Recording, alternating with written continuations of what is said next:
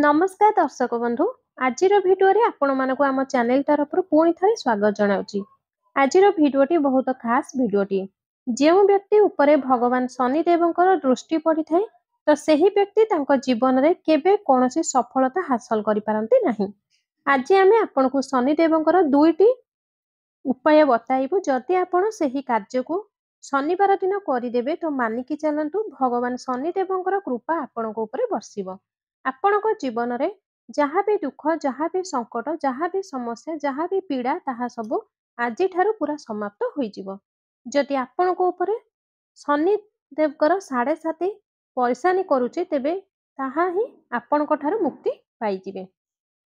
शनिवार दिनटी बहुत उत्तम दिनटी मना जाए। कहा जाए कि यही दिन करा जाउथिबा कौनसी भी कार्य कौनसी भी उपाय केवल विफल हुए नहीं। आपण लक्षपति रु करोड़पति लाभ होता है। यह सह आमे आपण को यह भी बताइबु जे एमिति किछि थाए जहाँ आपण शनिवार दिन आदौ करबा उचित नुहे। शनिवार दिनटी बहुत मंगलकारी होता है। यही दिन जदि आपण जहाँ आज भिडियो रे आमे आपण को बताइबु जदि आपण माने ताहा करिदेबे तो आपणकर ताहा लाभ प्राप्त हेबो। आउ एते लाभ हेबो जे जहाँ आपण आपणक जीवन रे केबे कल्पना भी करि पारि नथिबे। भगवान शनिदेव कृपा आपण को लाभ प्राप्ति होइजिबो। आपण को आपणक जीवन में आग को बढ़िया कार्य सफलता मिलिबो। जदि आपण शनिदेव भक्त बनी थांती भगवान देवदेव महादेव भक्त होई थांती जदि आपण भी शनिदेव एवं शंकर प्रिय भक्त होइथिबे तेबे कृपा करी आपण एही भिडियोटी को गोटे लाइक कर देबे एवं आमर एही चैनल को सब्सक्राइब निहाती कर दियंतु। पूर्व फाल्गुन्य नक्षत्र रे आपण गोटे माटीर दीप नियंतु आउ सेही दीपरे 4टी कर्पूर पकाई सेही दीपटी को जलाई दियंतु। आउ सेही दीपर धुआं को आपणकर सबु रूम रे देखाई देबे। सबु रूम रे दीप बुलाई सारिबा परे सेही दीप को आपणकर पूजा घरे रखी देबे।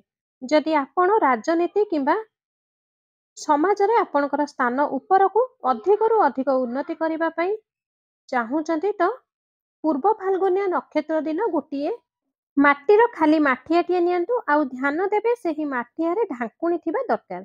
आउ सेही ढांकुणी जेपरि तळे पड़ी न जाए सेथि पई कौनसी धागा बा कपड़ारे सेही माठियार ढांकुणी को घोड़ेकी बा बांधी दियंतु। माठियाटी भलसे बांधी होई जिवो। एहा परे आपण आपणकर इष्ट देव को ध्यान करिवे। एहा परे सेही माठिया को जलरे बा नदी रे भसाई देबे। जदि आपण आपणक जीवन में प्रत्येक कार्य सफलता पाइबा पई चाहूचंती तेबे आजिर दिन रे आपण पलाश वृक्षर उपासना करबाकू पड़िबो। जदि आपणकर आख पाखरे पलाश वृक्ष अछि तो सेही गछर मूल रे आपण जल ढालिबा उचित। एही कथार ध्यान देबे कि आपण आजि माने शनिवार दिन पलाश वृक्ष को कौनसी प्रकार क्षति बा आघात देबे नाही। एहा द्वारा आपण को शुभ फल मिलिबो। किंतु जदि आपणक आख पाखरे पलाश वृक्ष न मिले तेबे आपण पलाश वृक्ष को डाउनलोड करी प्रिंटर कराई सेही फोटोटी को काढ़ी आनी पारिबे। आउ सेही फोटोटी को आपणकर पाखरे रखिबे एवं पलाश वृक्ष को ध्यान करिवे। जदि आपणकर व्यापार रे क्षति सहुछंती आपण जहाँ भी बिजनेस जो जॉब जहाँ भी आपणकर कार्य हेउ जदि आपण सेही कार्य रे आगो को बढ़ाई बा बढ़ी पारु नाहांती तेबे आजिर दिन रे आपण गोटे माटीर बर्तन टे नियंतु। सेही बर्तन रे महू भरी दियंतु एवं सेही बर्तन को ढांकुणी दे आपणक घरर उत्तर पश्चिम कोण रे रखी दियंतु। आजि माने शनिवार दिनटी पूरा रखी दियंतु। ता पर दिन माने रविवार दिन सेही माटीर बर्तन पाखकू जाई बसी पड़िबे एवं आपणकर व्यापारर उन्नति पई आपण मने मने प्रार्थना करिवे। एहा परे सेही माटीर बर्तन को नै कौनसी एक निछाटिया जगार रखिदे घर को पलि आसतु। जदि आपण धन धान्य एवं भौतिक सुख पाइबा चाहूछंती तेबे पलाश फूल सह गोटे बिना चूल वाला नड़िया जो नड़िया रे चूल नथिबो सेही नड़िया नेबे। जदि आपण को ताजा पलाश फूल न मिले तो आपण सुखी जाइथिबा पलाश फूल भी नै परिबे। पलाश फूल एवं बिना चूल वाला नड़िया को गोटे धला रंगर कपड़ा रे बांधी देबे। आउ सेही पुटुली को आपणकर ट्रेजरी बा आपणकर घरे जो स्थान रे टंका पैसा सुना आदि आपण रखुथिबे सेही स्थान रे एही पुटुली को रखिदेबे। शनिदेवंकर कोप दृष्टि जदि बंचिकी रहिबा पई चाहूछंती तेबे आजिर दिन रे गोटे गिना नेबे। सेही गिना रे किछि सोरिष तेल नेबे। ସେହି ତେଲରେ ଗୋଟିଏ ଟଙ୍କିକିଆ କଏନ୍ଟି ପକାଇଦେବେ। ସେହି ତେଲ ଗିନାକୁ ଆପଣ ଅନାଇବେ। ଆପଣଙ୍କର ଚେହେରାକୁ ସେହି ଗିନାରେ ଦେଖିବା ପାଇଁ ଚେଷ୍ଟା କରିବେ। ଏହାପରେ ସେହି ସୋରିଷ ତେଲକୁ ଆପଣ କାହାକୁ ବି ଦାନ କରିଦେବେ। ଏହି ଉପାୟ ଆପଣ ଆଜିଠୁ ଆରମ୍ଭ କରିବେ। ଆଜିଠୁ ଆରମ୍ଭ କରି 7ଟି ଶନିବାର ଏହିପରି ଉପାୟ କରିବେ। ଦେଖିବେ ଆପଣଙ୍କୁ ଅଧିକ ଶୁଭ ଫଳ ପ୍ରାପ୍ତି ହେବ। ଯଦି ଆପଣଙ୍କର ଶରୀର ବହୁତ ଦିନ ହେଲାଣି ଠିକ୍ ହେଇପାରୁନାହିଁ ବା ଆପଣଙ୍କୁ ବହୁତ ଦିନ ହେଲାଣି କୌଣସି ରୋଗରେ ପଡ଼ିଛନ୍ତି, ସେହି ରୋଗରୁ ମୁକ୍ତି ପାଇବା ପାଇଁ କିମ୍ବା ଆପଣଙ୍କର ସୁସ୍ଥ ସ୍ୱାସ୍ଥ୍ୟ ପାଇଁ ଆଜିର ଦିନରେ ମାନେ ଶନିବାର ଦିନ ଜୁଆଣି ସହିତ ବା ଜୁଆଣିର ରୁଟି ତିଆରି କରି ଗାଈକୁ ଖାଇବାକୁ ଦିଅନ୍ତୁ। ଆପଣ ହାତ ଯୋଡ଼ି ଗାଈର ଆଶୀର୍ବାଦ ନିଅନ୍ତୁ। ଯଦି ଆପଣ ଜୁଆଣିର ରୁଟି ତିଆରି କରିପାରୁନାହାନ୍ତି, ତେବେ ଜୁଆଣି ସହ ଅଟା ମିଶାଇ କିମ୍ବା ଜୁଆଣିର ଦାନା କୌଣସି ମନ୍ଦିରରେ ଦାନ କରିଦେବେ। ଯଦି ଆପଣ ଆପଣଙ୍କର ମନରେ କିଛି ବିଶେଷ ଖାସ୍ ମନସ୍କାମନା ପୂରଣ କରିବା ପାଇଁ ଚାହାନ୍ତି, ତ ଆଜି ଶନିବାର ଦିନ ସନ୍ଧ୍ୟା ସମୟରେ କଞ୍ଚା ଆମ୍ବ ପତ୍ର ନେବେ ଆଉ ସେହି ପତ୍ରକୁ ଭଲସେ ଧୋଇଦେବେ।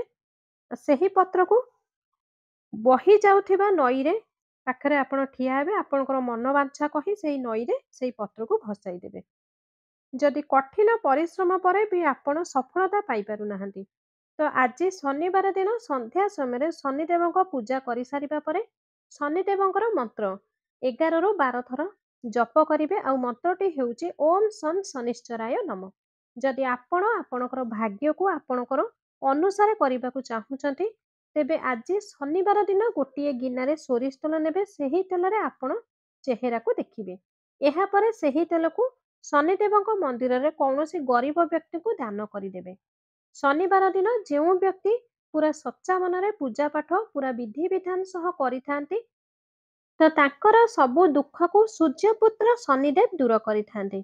ପ୍ରତ୍ୟେକ ମନୁଷ୍ୟ ଚାହାନ୍ତି କି ଯେବେ ବି ଏ ସଂସାରରେ ରହିବେ, ଯେତେ ଦିନ ଏ ସଂସାରରେ ସେ ରହିବେ, ଶନିଙ୍କର କୋପ ଦୃଷ୍ଟି ତାଙ୍କ ଉପରେ ନ ପଡୁ। କିନ୍ତୁ ଏମିତି ହୋଇପାରେ ନାହିଁ। ପ୍ରତ୍ୟେକ ମନୁଷ୍ୟଙ୍କ ଜୀବନରେ କେବେ ନା କେବେ ଶନିଙ୍କର କୋପ ଦୃଷ୍ଟି ନିଶ୍ଚିନ୍ତ ଭୋଗିବାକୁ ପଡ଼ିଥାଏ।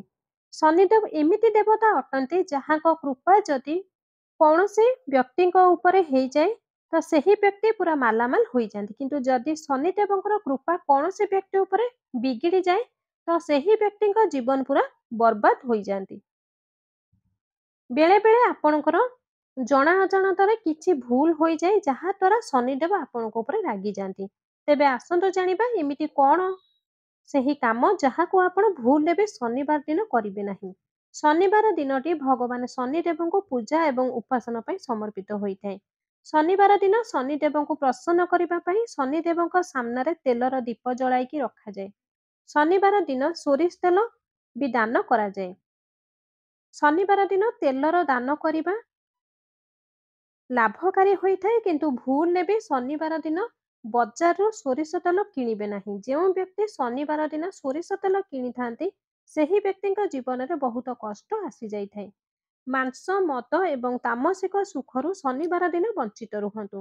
ଜ୍ୟୋତିଷ ଶାସ୍ତ୍ର ଅନୁସାରେ ଶନିବାର ଦିନ ରାତିରେ ଯଦି ବ୍ୟକ୍ତି ତାମସିକ ଭୋଜନ କରିବା ଉଚିତ ନୁହେଁ। ଯେଉଁ ବ୍ୟକ୍ତି ଶନିବାର ଦିନ ତାମସିକ ଭୋଜନ କରିଥାନ୍ତି, ତାଙ୍କୁ ଶନିଦେବଙ୍କର ଅଶୁଭ ଦୃଷ୍ଟିର ସାମ୍ନା କରିବାକୁ ପଡ଼ିଥାଏ।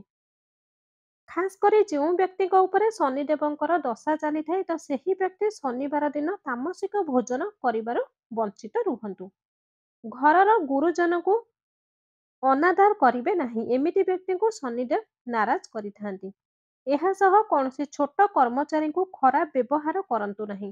ଶନିବାର ଦିନ କେବେ ବି ଘରୁ ଆପଣଙ୍କର ଯେବେ ବାହାରକୁ ବାହାରୁଛନ୍ତି, ତେବେ ଗୁରୁଜନଙ୍କ ଠାରୁ ଆଶୀର୍ବାଦ ନେଇ ବାହାରକୁ ବାହାରନ୍ତୁ। ଲୁହା, କଳା ବସ୍ତ୍ର, ତେଲ ଶନିବାର ଦିନ ଦାନ କରିବା ଶୁଭ ମନାଯାଇଥାଏ। କିନ୍ତୁ ଶନିବାର ଦିନ ଏହି ସବୁ ଜିନିଷକୁ କାହାଠାରୁ ଉଧାର ନିଅନ୍ତୁ ନାହିଁ କିମ୍ବା ବଜାରରୁ କିଣନ୍ତୁ ନାହିଁ। ମାନ୍ୟତା ଅନୁଯାୟୀ ଶନିବାର ଦିନ ଏହି ସବୁ ଜିନିଷ ଭିତରୁ କୌଣସି ବି ଗୋଟିଏ ବଜାରରୁ କିଣିବା ଦ୍ୱାରା ବ୍ୟକ୍ତିଙ୍କର ଜୀବନରେ ବି କୌଣସି ସମସ୍ୟାକୁ ସାମ୍ନା କରିବାକୁ ପଡ଼ିଥାଏ। ଶନିବାର ଦିନ ଲୁଣ, ଲୁହା, ତେଲ କିଣନ୍ତୁ ନାହିଁ। ଏମିତି ବ୍ୟକ୍ତିଙ୍କୁ ପଇସାର କମି ଜୀବନ ସାରା ରହିଥାଏ ଏବଂ ଆର୍ଥିକ ସ୍ଥିତି ଖରାପ ହେବାକୁ ଲାଗିଥାଏ। ଏଥିପାଇଁ ଶନିବାର ଦିନ ଜୋତା ଚପଲ କିଣନ୍ତୁ ନାହିଁ। ଯେଉଁ ବ୍ୟକ୍ତି ଜୋତା ଚପଲ ଶନିବାର ଦିନ କିଣିଥାନ୍ତି, ତାଙ୍କୁ ଶନି ଦୋଷ ଲାଗିଥାଏ ଏବଂ ତାଙ୍କ ଜୀବନ ସମସ୍ୟା ଆସିବାକୁ ଷ୍ଟାର୍ଟ ହୋଇଯାଇଥାଏ। ଶନିବାର ଦିନ କଳା ରଙ୍ଗର ଜୋତା ଚପଲ ଦାନ କରିବା ବହୁତ ଶୁଭ ହୋଇଥାଏ। ଶନିଦେବ ନ୍ୟାୟ ଏବଂ ଗରିବର ଦେବତା ଅଟନ୍ତି। ଏଥିପାଇଁ ଶନିବାର ଦିନ ଭୁଲରେ ବି ଗରିବଙ୍କୁ ଏବଂ ମଜୁରିଆଙ୍କୁ ଭୁଲରେ ବି ପରିଶାନୀ କରନ୍ତୁ ନାହିଁ କିମ୍ବା ଖରାପ ଭାଷା ବା ଖରାପ ଶବ୍ଦ କୁହନ୍ତୁ ନାହିଁ, ନଚେତ୍ ଶନିଦେବଙ୍କର ଦୃଷ୍ଟିରୁ ଆପଣଙ୍କୁ ସାମ୍ନା କରିବାକୁ ପଡ଼ିବ। ଶନିବାର ଦିନ ଯେବେ ମନ୍ଦିର ଯାଉଛନ୍ତି ତେବେ ଭୁଲରେ ବି ଶନିଦେବଙ୍କର ଆଖିକୁ ଦେଖନ୍ତୁ ନାହିଁ କି ଶନିଦେବଙ୍କ ସାମ୍ନାରେ ଠିଆ ହୁଅନ୍ତୁ ନାହିଁ। ମନାଯାଏ କି ଯେଉଁ ଲୋକ ଶନିଦେବଙ୍କ ଆଖିକୁ ଦେଖିଥାନ୍ତି ତ ଶନିଦେବ ନାରାଜ ହୋଇଯାଆନ୍ତି। ଏ ପର୍ଯ୍ୟନ୍ତ ଯଦି ଏହି ଭିଡିଓଟିକୁ ଲାଇକ୍ କରିନାହାନ୍ତି, ଚ୍ୟାନେଲକୁ ସବସ୍କ୍ରାଇବ କରିନାହାନ୍ତି, ତାହେଲେ ଏବେ ହିଁ ଭିଡିଓଟିକୁ ଲାଇକ୍ କରି ଆମର ଏହି ଚ୍ୟାନେଲଟିକୁ ସବସ୍କ୍ରାଇବ କରିଦିଅନ୍ତୁ ଏବଂ କମେଣ୍ଟ ବକ୍ସରେ ଜୟ ଶନିଦେବ ଅବଶ୍ୟ ଲେଖନ୍ତୁ।